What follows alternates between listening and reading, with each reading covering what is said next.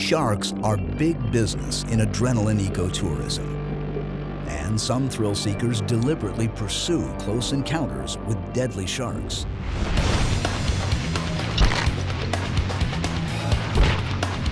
Divers are pushing the boundaries of human and shark interaction, baiting with fish carcasses and blood, inciting feeding frenzies, all in a quest to get ever closer to creatures that can kill them. That was f***ing hairy. Jesus Christ. After an injury ended his career, professional bull rider Eli Martinez founded Shark Diver magazine, and he also organizes excursions for shark enthusiasts. And there's no shark dive more exciting or dangerous than Tiger Beach in the northern Bahamas.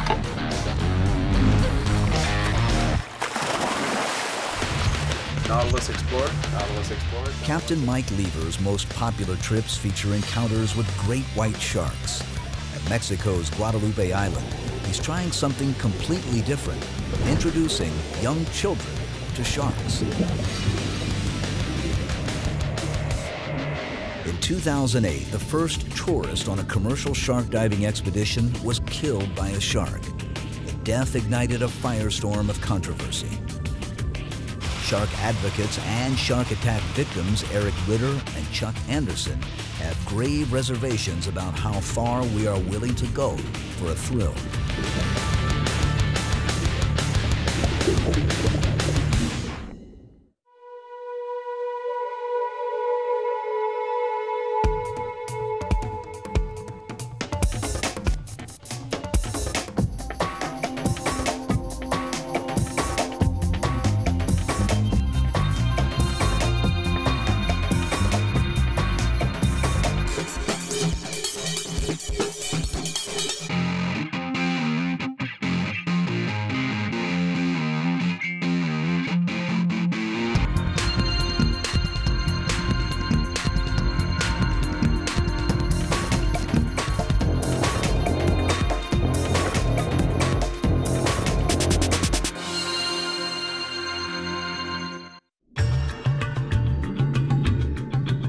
It's reasonable to assume most people would want to avoid sharks, but some scuba divers and snorkelers pay big bucks to get up close and personal with the animals. The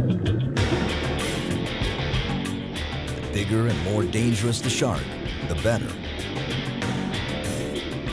Shark encounters are becoming one of the most popular attractions in the sport, with or without the protection of a cage.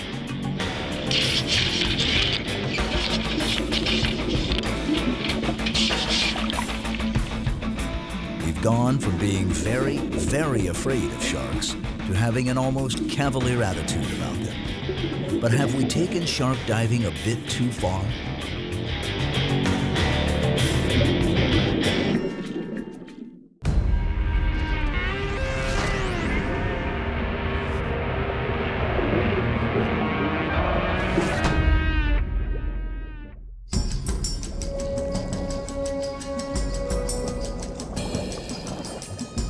Many scuba divers are asked if they're afraid of sharks. They're frightening creatures to most of us, but for some people, getting close to dangerous sharks is exactly what they're hoping for. Simply swimming in the ocean means we've become part of the food chain. You can say the same about a walk in the woods, but at least we're in our element, above the water. For shark divers, there is something primal and enticing about entering an alien world where sea monsters lurk. Perhaps the best place to scuba dive with one of the most dangerous sharks is in the Atlantic Ocean in a remote corner of the Bahamas. In the tropics, there isn't a bigger or badder predator than the tiger shark. In terms of the number of attacks on humans and fatalities, they are second only to great whites. The largest one ever caught was 24 feet long. It's a contender with the great white as the largest predatory fish in the sea.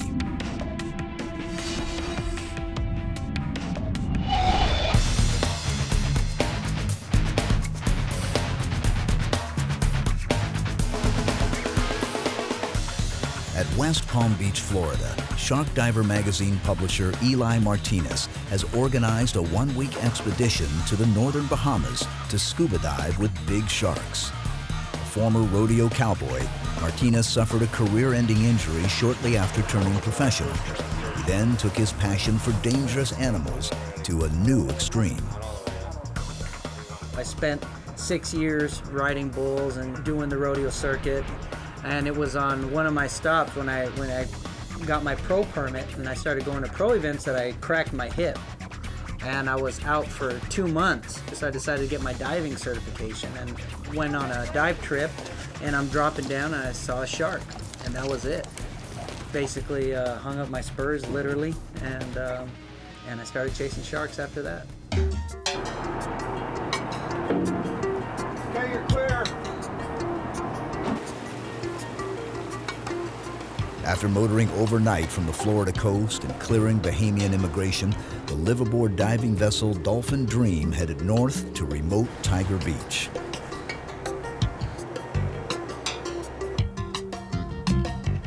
Captain Wayne Smith is credited with discovering Tiger Beach and first introducing scuba divers to tiger sharks. Well, I've been coming out here 27 years now, and we came to this area and we anchored up because it was a shallow, protected area. Sometimes at night we'd have some dead carcasses and we'd throw them in the water and they'd come up and start feeding on them. And after a while, there's got to be such high demand for people wanting to see tiger sharks that we started running these trips. Hey everybody, welcome to Tiger Beach. As you can see, we already have a bunch of lemon sharks swimming around. We prefer everybody dive in twos so that somebody can watch your back while you're in the water. Once you jump in, just keep your hands here. Don't start waving them around or splashing. Other than that, we already got sharks here. The pool is open.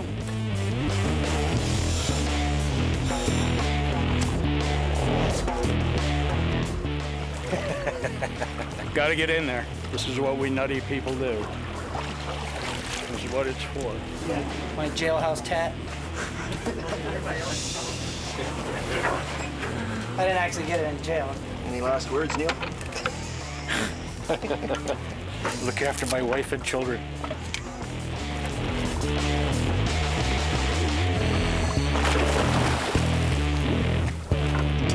When I started wearing the hat was to save my hair, and it kind of became my trademark. So I never dive without it. The only time I don't is when it's really, really cold and I gotta wear a hoodie, but I'm still trying to figure out how I can make that work.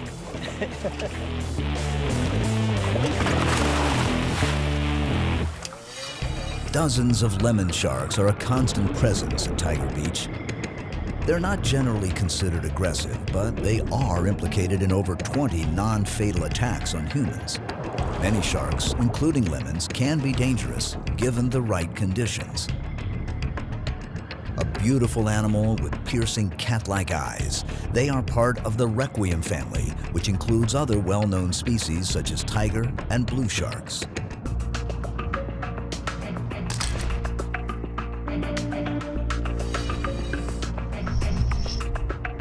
The animal everyone is here to see is the tiger shark. Although not endangered, they are very rarely encountered while scuba diving. It takes some time for the tiger sharks to venture in from the fringing coral reef.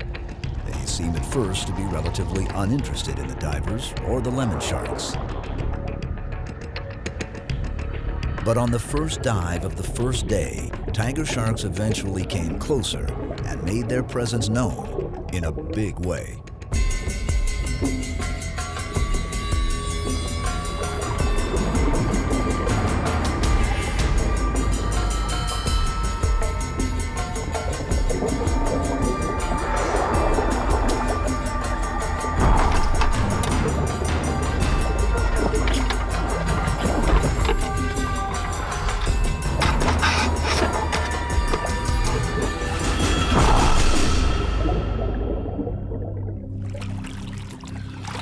Holy crap.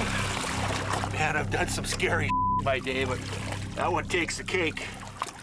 You didn't want to know what was happening behind you. Did they follow me up? I was rolling on one, it came right behind you. Tiger? Yeah, took a little chew on your tank. There's nothing I could do about it. Oh, First dive, first day of the trip, I get bumped by 2 or 3 tiger sharks right in the lens, coming right at me. You were turned away from me, and this big tiger shark came swinging around, and he was coming toward me, and I'm kind of backing off. Then he swung in behind you, and I guess for some reason he decided your tank was something he'd like to investigate, so he went up and he just kind of mouthed it a little bit, and you're oblivious to the whole thing, of course. Those are big, rather impressive looking sharks, I gotta say that. He really didn't bump anybody else, you know, he just came after your housing and you know, the tiger shark was just looking around for that food. He really couldn't find it. Probably saw the housing, was looking for potentially a meal or something and bumped it.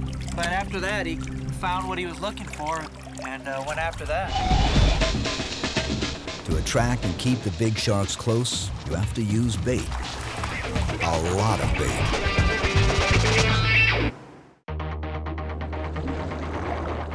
Most divers rarely see sharks. The animals don't make a habit of venturing close to humans with scuba tanks. Breathing compressed air is a noisy affair, and our relatively large size usually scares them away.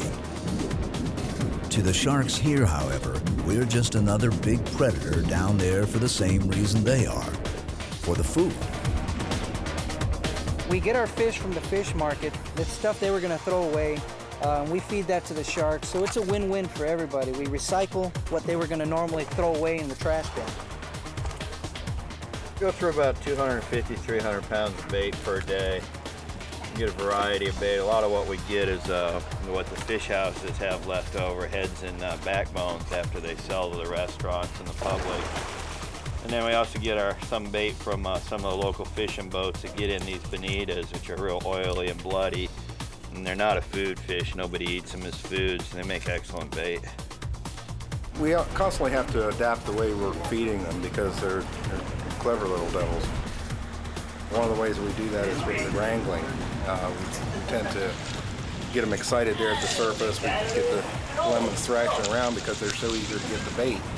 And that thrashing around is what's bringing the tigers in these days.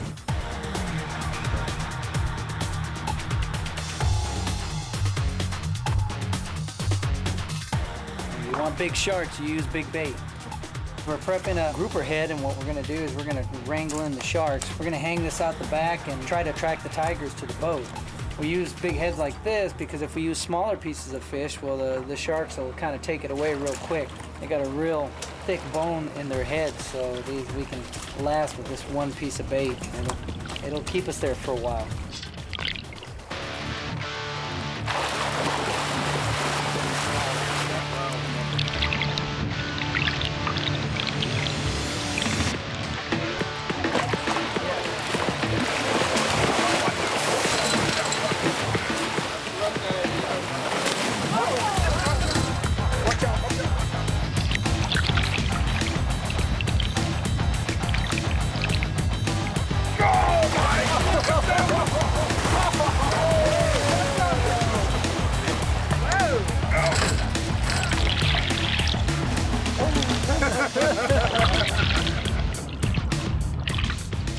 The lemons have kind of dominated this place, but they're definitely smaller in the pecking order. When the tigers come in and they want to feed, you know, there's nothing's going to stop them. The lemons will definitely give them away, especially when a big 12, 14-foot tiger comes in. You know, the lemons will leave and get out of there. The big boss here has got to be the tiger shark, absolutely.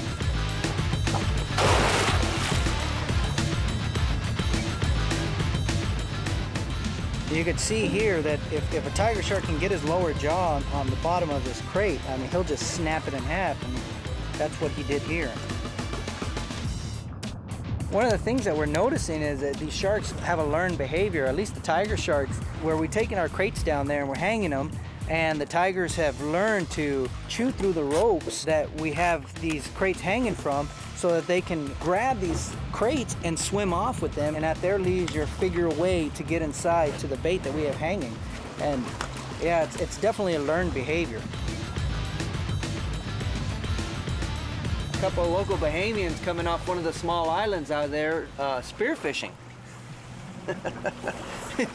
And I don't think he knows this is tiger shark infested waters and these guys are out there spearfishing. What do you say about that? That's extreme. That's as gnarly as it gets. Jeez. I love my job.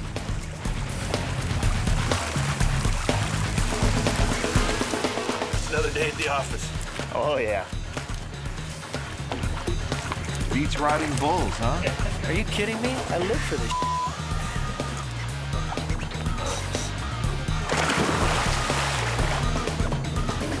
Eli Martinez has found a unique niche in the scuba diving world. His magazine, Shark Diver, appeals to both armchair shark enthusiasts and to those looking for a slightly more hands-on approach. After the magazine started, the reader trips kind of evolved. People started asking us, where do we go diving? Maybe they can meet up with us, or when's our next adventure? I organized our first shark trip, and it worked really well, and we had a blast. Out there in the real world, you know, you tell someone you're a shark diver, and everybody thinks you're crazy. Here, all these crazy people can get together, and no one thinks you're crazy anymore.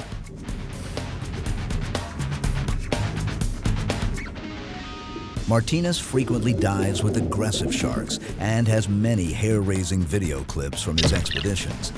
Mako sharks are particularly fast and frightening and have very sharp teeth.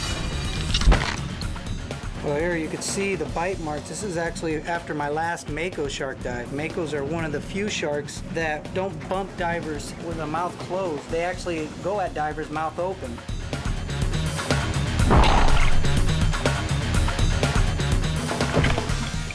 You can see the gouges from sharks as they really bite into the glass.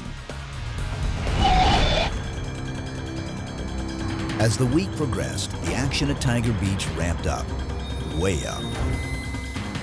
Aggressive baiting and chumming were perhaps a bit too successful. A handful of tiger sharks became increasingly more bold. Eli had to eventually use his camera as a defensive tool to protect some of the divers.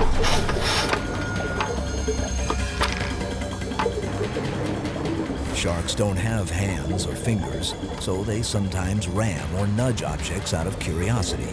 And in worst-case scenarios, they may take an exploratory bite.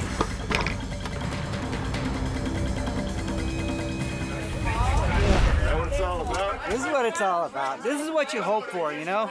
That was f***ing hairy. Jesus Christ.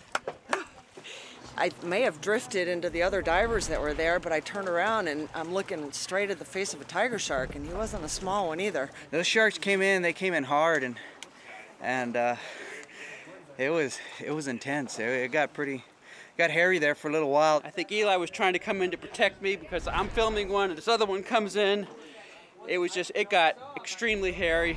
That's what you really want. You know, everybody came back, nobody got hurt, and everybody's got a big smile on their face. Reviewing his tape after the last dive at Tiger Beach, Eli's video camera revealed an encounter that could have seriously gone wrong.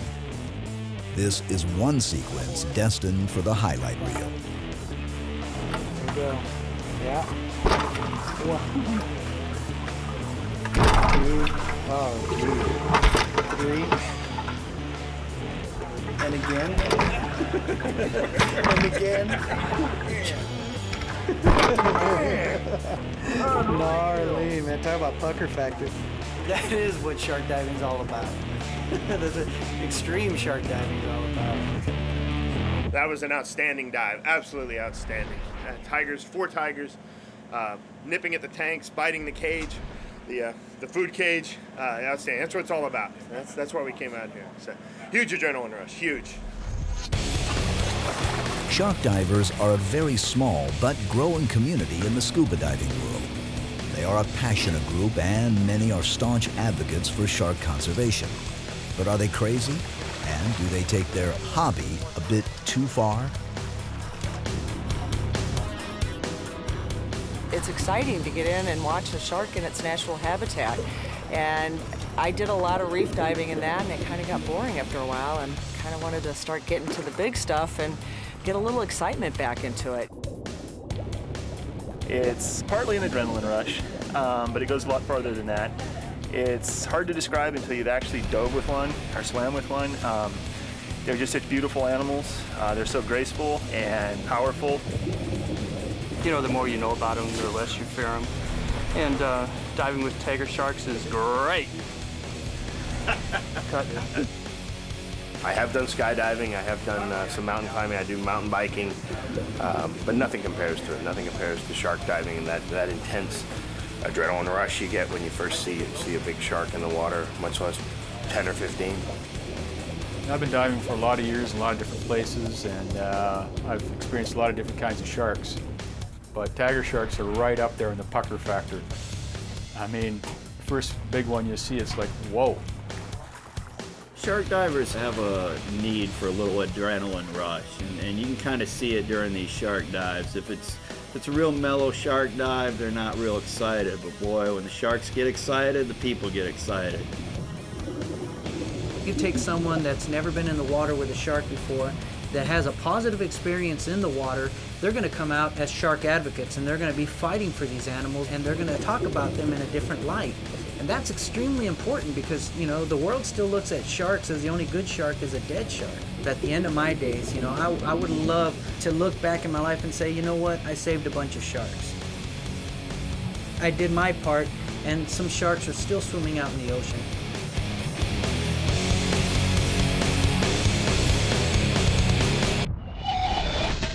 The #1 species on every shark diver's list is the great white. And there's no better place on Earth to find them than Mexico's Guadeloupe Island.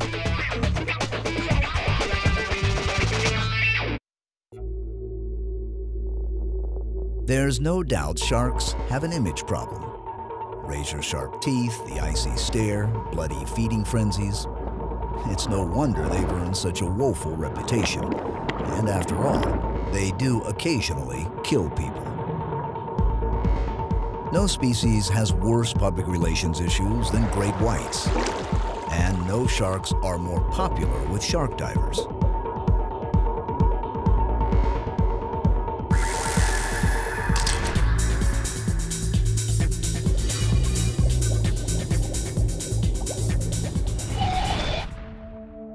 About 250 miles west of Mexico's Baja Peninsula is the remote volcanic island of Guadeloupe.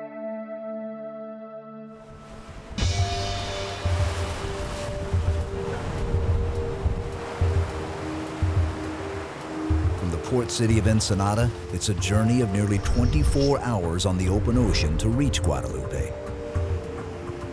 Approaching the intimidating coastline of the island, the first order of business is to prepare the shark cages.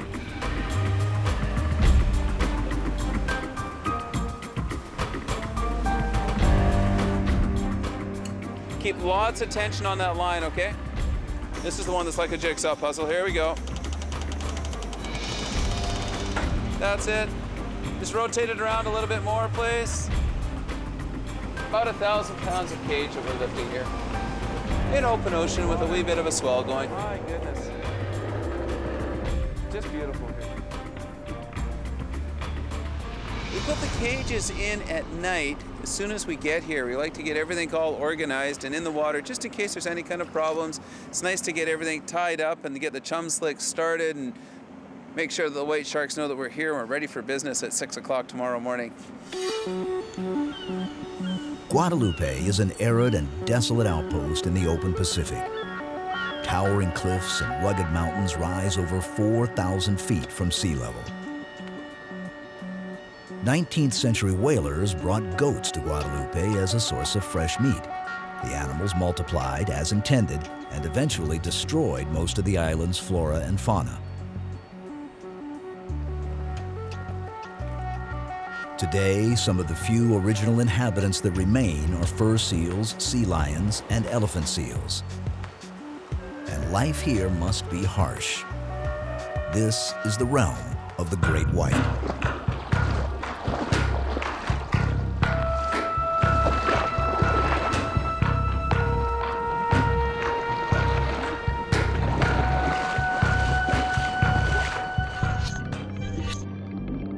In the late 1990s, long-range fishing boats targeting tuna near Guadeloupe began reporting that great whites were attacking their catches. Word spread like a chum slick.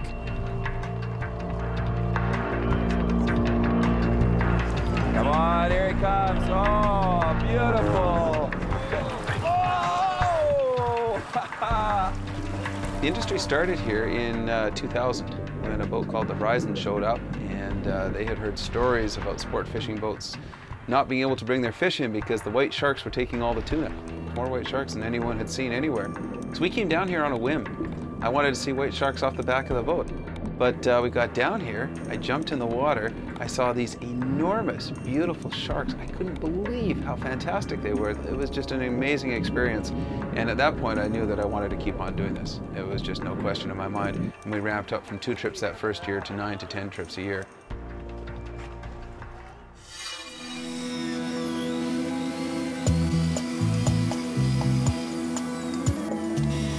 Like the sharks at Tiger Beach, great whites at Guadeloupe need to be coaxed with bait. And nothing piques their interest like tuna.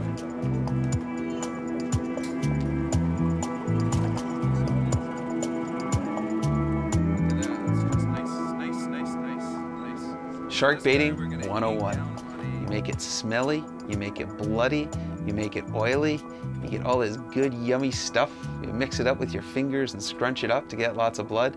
You make sure that you use animals that are endemic to the islands, mackerel and tuna. And we started chum slick. We do it in a very non-invasive way, but we make it as smelly and yucky as we possibly can. One way to make sure that your chum is nice and fresh. We take a little bit of chum just like this, and we'll see what the mackerel in the water do. Whoa, look at that. Seagulls, mackerel, and a feeding frenzy. That is fresh tuna. Ready to go. Okay.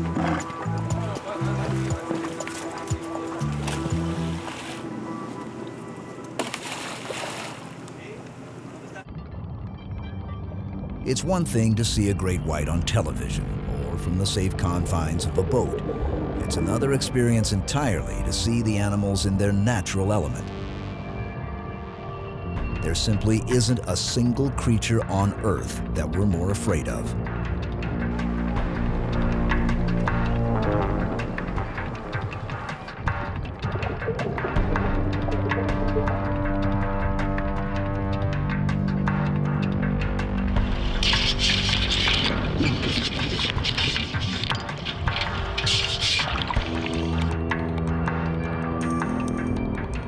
I just couldn't believe how big they are and how beautiful they are. I mean, they're not at all ferocious looking. They look like they're smiling at you until they open their mouth.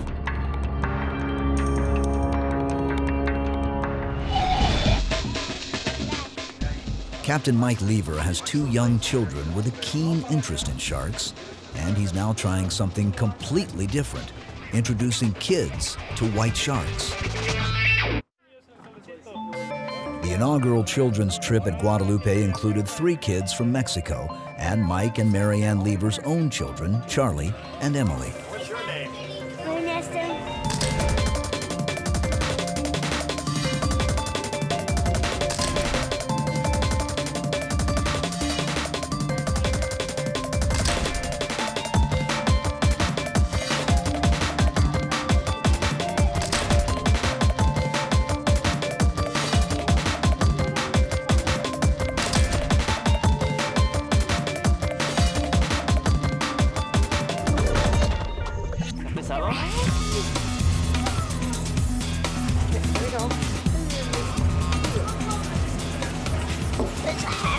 I know it's heavy, but once you get in the water, you won't really feel it. It's kind of help you sink a little. How does that feel?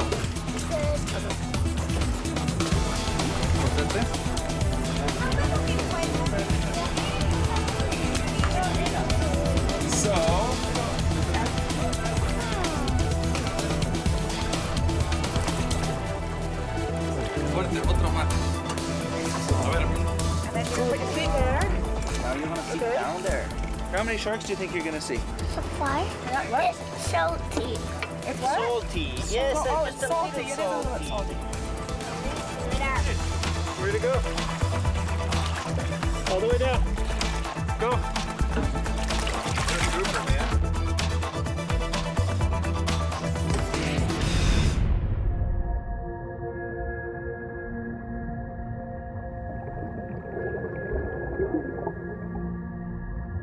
It didn't take long for the children to get the hang of breathing from a regulator. And once they started spotting sharks, the biggest challenge was dragging the kids out of the water.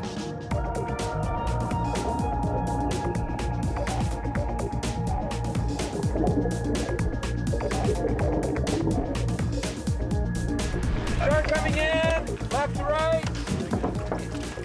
I don't recall what I was doing at 6 years old, but it wasn't diving with white sharks. I think it was like riding my tricycle around the street or something like that. Well done. That was great. Charlie, it's someone else's turn now, okay? I know Charlie did not want to come up. Every time a shark would come by, Charlie would be the first guy to go, oh, there's a shark right over there. He just did a fantastic job. I am so proud of him. I think he's just had an experience that he's never, ever going to forget. I don't think any of them have had any trepidation at all. It's been fantastic. They've been in the cages, they've seen the sharks, they've tried to help out on the boat, they want to throw the bait, they want to do everything. I mean, that's, you know, if they go and tell 10 kids and 10 more kids, it can't be any better than that. I saw 4. Were you getting cold at all? Nope. Not at all? Nope. I was freezing. I wanted to come out. She didn't want to come out. I gotta go to the bathroom. And she won't come out. And I kept saying up. She's like, no. Up? No. Muy bien, mija. Pues vámonos para afuera.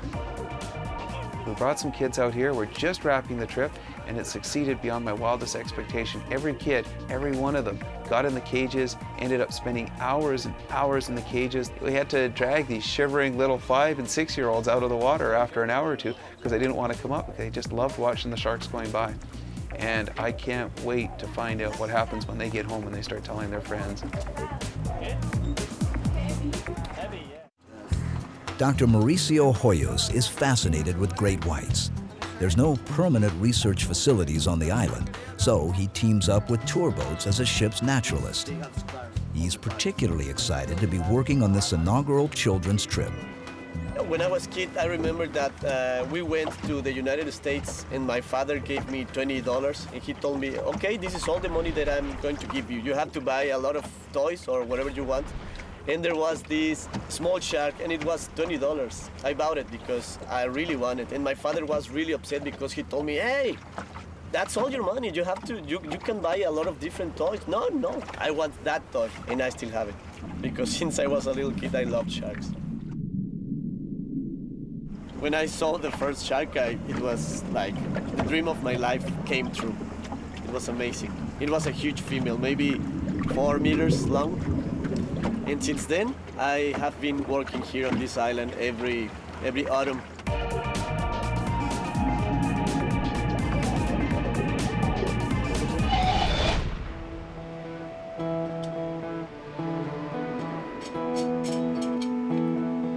To gain a better understanding of the sharks' local movements and their long-distance migrations, Mauricio utilizes high-tech tools such as satellite tags and acoustic transmitters. These devices reveal startling data about how deep the sharks travel in search of prey. He's observed that smaller great whites at Guadeloupe eat mainly tuna, rays, and other sharks, while the older and larger white sharks eat seals and sea lions. It would be extremely hazardous to acquire DNA samples or to implant transmitting devices in open water. Free swimming with great whites would be a challenge and a bit risky. Okay, Jorge, shark, bring it. Put it right here.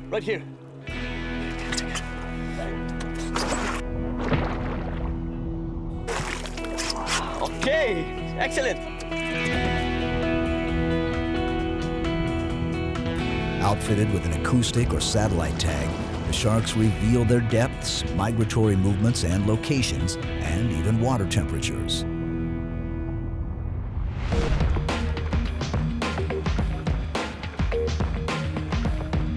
At Guadeloupe, Mauricio uses acoustic technology to track local sharks. The white sharks at Guadeloupe spend more than half of the year away from the island in open water between California and Hawaii.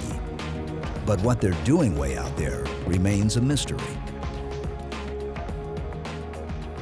A few great whites have been satellite tracked to a remote region in the middle of the Pacific dubbed the Great White Cafe. It's thought that thousands of the sharks congregate each year at the mysterious spot. Whether they're mating, chasing tuna, or even giving birth, no one is sure. For such a remarkably well-known creature, we actually know very little about them. But Mauricio Hoyos is determined to find out more. Well, the shark is not here. Maybe we can go a little bit to the north. Okay? With the luxury of well-appointed tour boats and their state-of-the-art shark cages, Mauricio can also observe the sharks underwater.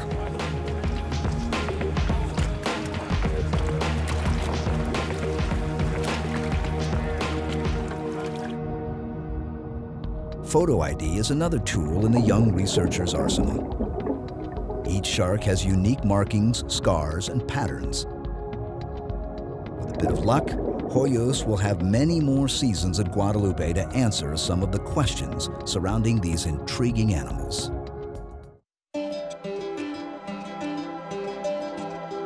Guadeloupe is a protected biosphere of Mexico, but with minimal funding or monitoring of the waters surrounding the island, the sharks are under constant threat from poachers. A set of mature white shark fins can fetch upwards of $25,000, and an intact jaw is an extremely valuable prize. It's an uphill battle convincing impoverished fishermen or foreign fishing fleets that white sharks here are more valuable alive than dead.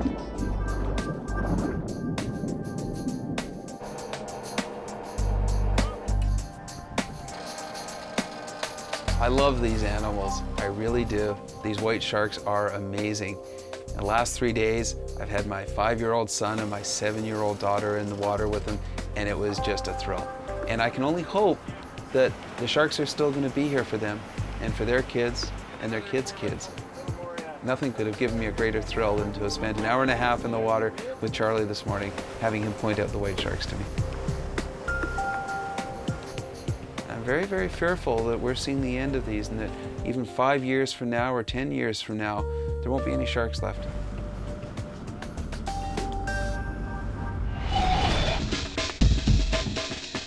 If you don't relish an open ocean encounter with a big shark, you can now scuba dive or snorkel with them in Atlanta's Georgia Aquarium.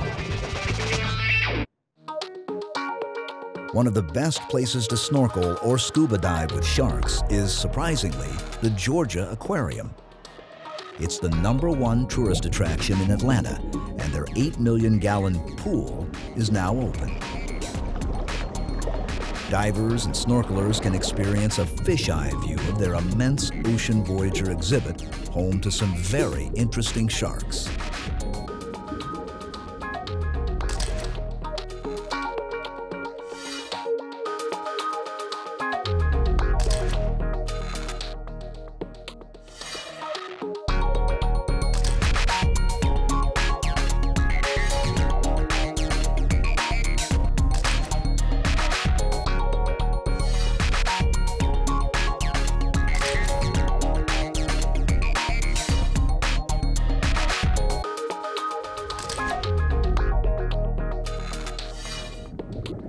The purpose of aquariums across the country, around the world, really is to inspire people to connect with nature. We want to take it to the next level. When you come to the Georgia Aquarium, you're guaranteed to see whale sharks and hammerheads and zebra sharks. It's one thing to look through a window, through glass to the animals. It's another thing to be able to get in the water, to be in their environment, to understand what it's like to be an animal in the ocean. If we can get people in there, they become conservationists. They care more. In the summer of 2008, the Georgia Aquarium opened its main exhibit to scuba divers and snorkelers. The first groups to sign up provided a behind-the-scenes look at their experience. Well, the first order of business is we're going to vote somebody off this island, okay? And I have immunity, so you guys have to look at each other and decide who you're going to vote off, okay? A thorough briefing covers safety issues for both the divers and the animals.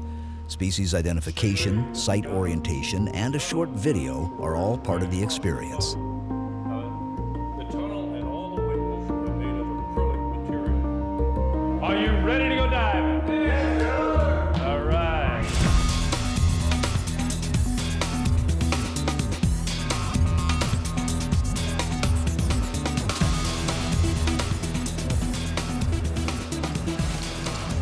State-of-the-art scuba gear is prepared for the divers, but there's still one more briefing. I'm going to run through a few things real quick just to give you a general idea of what's going on in our exhibit today. Also to give you a few guidelines for your safety and for the safety of our animals. It is a rare treat indeed to scuba dive in an aquarium. Only a handful of facilities around the world allow the general public such intimate access to their exhibits. Just pretty excited about it. I just hope they fed the sharks.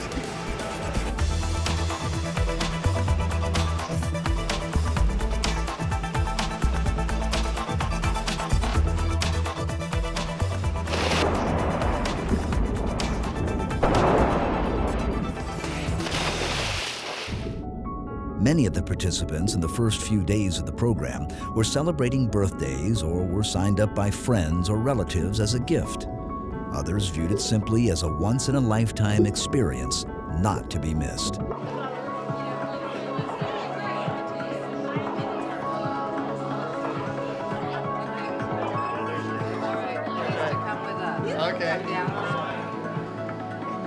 I love you. That's great. Yes! Good birthday present. You know, it's disconcerting to see your daughter at the bottom of a really large tank of water with a lot of fish. That looked kind of scary.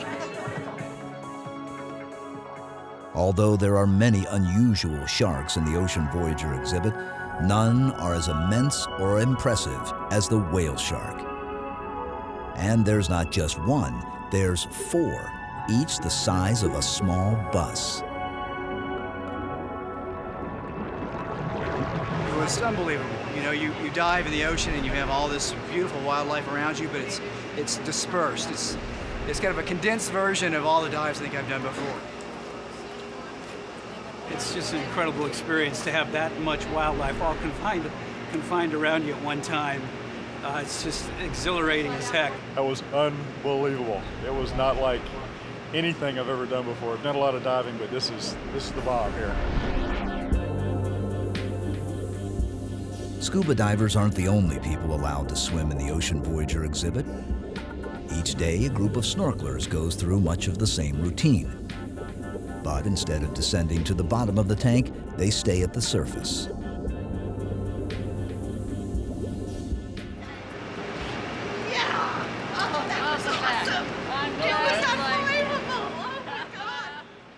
Check that off the bucket list. Swam with dolphins, now with whale sharks. That's good. Perfect. Gotta squeeze them in. I'm 69 already. In an aquarium, they're all well fed. There's no threat, there's no worry. They look at you, they ignore you. It's a great feeling, especially for a cameraman who doesn't have to worry about getting nipped in the open ocean. This is a great place. This is where I'm doing all my filming from now on. Even though most shark dives are relatively safe, 2 prominent shark advocates think we may be taking things a bit too far. And they both survived brutal shark attacks. Dr. Eric Ritter has helped to dramatically change the popular perception of sharks from bloodthirsty killers to vital animals that need our protection. A leading authority on shark behavior, Ritter has spent thousands of hours in the water with sharks. He also devotes much of his time to forensic investigation of attacks, or as he prefers to call them, shark accidents. And Eric has intimate knowledge of the subject. After thousands of interactions with dangerous sharks, his luck finally ran out.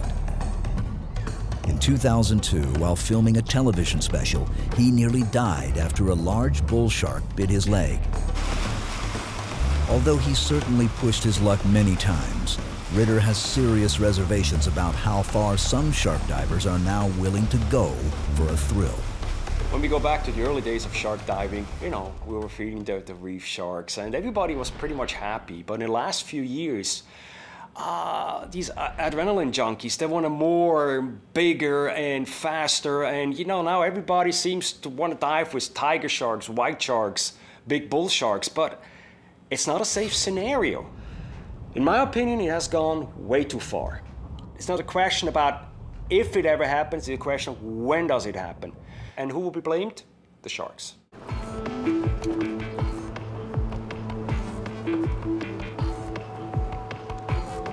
Back home in Florida, one of Eric's new endeavors is the Shark Accident Victims Network.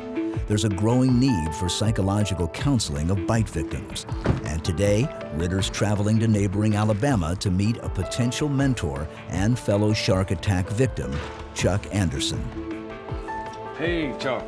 Hey, how you doing? How you doing? Nice to meet you, finally. Same here, finally, huh? Doing okay? Yeah, how about yourself? Doing well. A champion triathlete, Chuck Anderson was swim training for a national competition when a brutal encounter with a bull shark forever changed his life. It was 6:38 a.m. in the morning, and I took about 2 more strokes in the water, and about that time, boom, it hit me from the bottom. And I started looking around, treading water, and I put my face down in the water, and when I did, it was coming up from the bottom at me. And I just instinctively threw my hands out to push off of him, and when I did, he took all 4 fingers off my right hand, and all that was left was my thumb. Just like a surgeon's scalpel, it just cut them off clean. There was no pain at that stage of the game, so the fin actually was coming through the water at me. But as soon as he got past me, he was attached to my arm, and he immediately took me to the bottom. It was about 15 feet of water, and he went into that feeding frenzy where he was just gnashing from side to side, and dragging me across the bottom and, on the sand. All of a sudden, my feet started dragging the sand, and I wiggled out from underneath him, and when I did, I pulled real hard, and my arm just stripped off in his mouth, and I fell backwards into about thigh-high water and ran immediately to the beach, and knew that I was a very fortunate man when I got there. I had a big smile on my face, and the lady asked me what I was laughing at, and I said, Karen, I ought to be dead. I'm lucky. A handful of high-profile shark attacks in 2008 created the usual media frenzy. But the death of the first tourist who actually paid for the privilege of scuba diving with sharks created a firestorm of controversy. Have we finally taken things too far? To go to the extreme of trying to challenge the sharks, trying to bait the sharks to come around people and to pay money to do this, it's just not natural. I mean, if you're not educated in exactly what you're doing and you're a novice at it, then you're taking a risk. I'm not in favor of it. Each to his own. If somebody wants to get into it, then be aware of what the consequences could be, because I promise you, when a shark gets a hold of you, it's not a good experience. This was the first fatality in our sport, and it's just something, you know, all of us hope never happens again. I think it made all of us more aware of what could happen. Accidents will change any industry. It makes, you know, us as shark operators more careful with our clients, with our friends, with the people we take in the water. I don't think shark diving has been taken too far. In fact, I don't even think we've scratched the surface yet.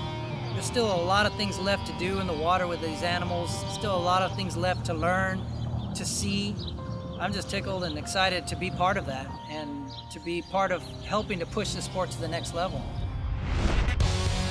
If personal experience leads to empathy and better understanding, there's no question that diving with sharks is a good thing.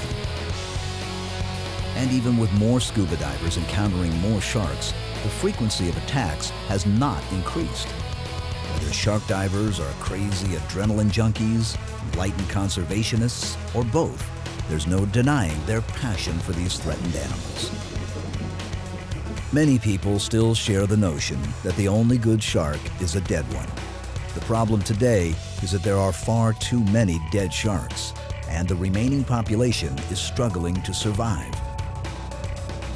And if sharks are to survive, we must all become advocates on their behalf.